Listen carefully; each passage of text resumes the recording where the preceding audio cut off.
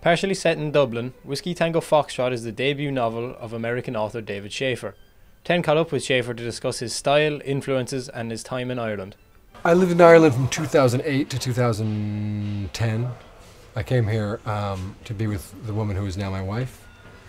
I was 34, and yeah, we lived here lived up in Stony Batter, and it was a pretty great time in my life. And it was also the where I wrote the meat of the middle of the book, I guess.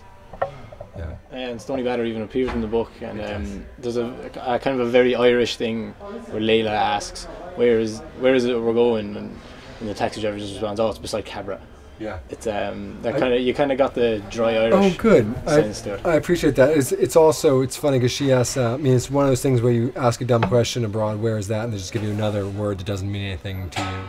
But the neighborhood names here are so beautiful or evocative or full of meaning, and the Liberties and Black Pits and Stony Batter. These names ring in my ears probably more than they do in yours because you've come up with them. But they're so beautiful. And you talk about the thriller aspects as well. On the book there's a quote that it's a genius techno thriller. But what struck me in reading the book is that it is a thriller, has thriller aspects, but in reality the ending shows that it is a human story and it's not devoted to the arc of a thriller. Well, I really appreciate that. I mean, I no longer mind when someone asks me what it is. I offer techno thriller because that seems a fair nut description. But yeah, I always wanted there to be a humane novel in there about people and real things, real ideas, and real human drivers. So that it got to stay in there and that it hides in the thriller I'm glad to hear that. The name Layla Majnun, does that come from the Persian tale Layla and Majnun? It does, though I guess I must have heard that. I didn't know that that's what it meant, and it was pointed out to me well before publication, but that it has a resonance, in another language. And I suppose that was a kind of indirect influence. But what other influences did you have in writing the book? Who inspired you to sit down for a novel? For the thriller stuff,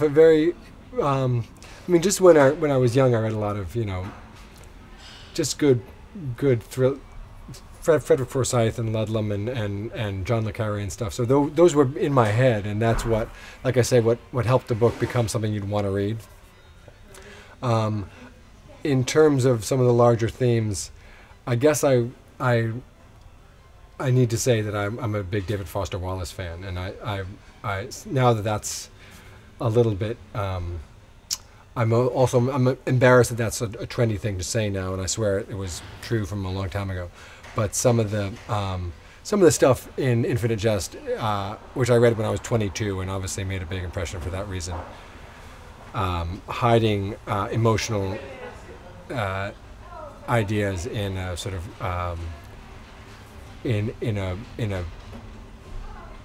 a political thriller with warring terrorist factions. I think that was in my head when I when I wrote this. Switching to your style for a minute, you're a graduate of Columbia's journalism school, and your prose is very clean, crisp, and it's very kind of journalistic in its style, in that it cuts the fat, and it kind of reminded me, the book in itself has nothing reminiscent of him, but it kind of reminded me of Hemingway's style in that he was also trained in journalism. It just cuts away any kind of fat and gets directly to the point. Your books are a lot longer than Hemingway's generally were, but do you think that's something that shaped your writing, being trained in journalism? I hope so. I mean, that was they told me to because they told me to bring it all down, all concision, all brevity.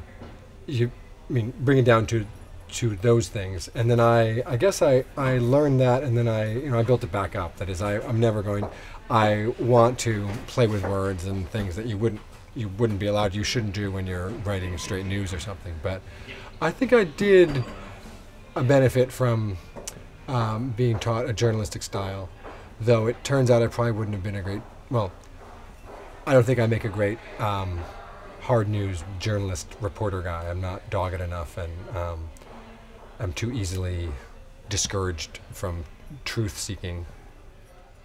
And the book, I suppose, is all about truth seeking. It concerns a company, well, a global conglomerate of companies stealing everyone's online data and trying to sell it back to them eventually. And is that something that you worry about in the modern world, or is it just you thought, hey, what's the biggest kind of fear of the day?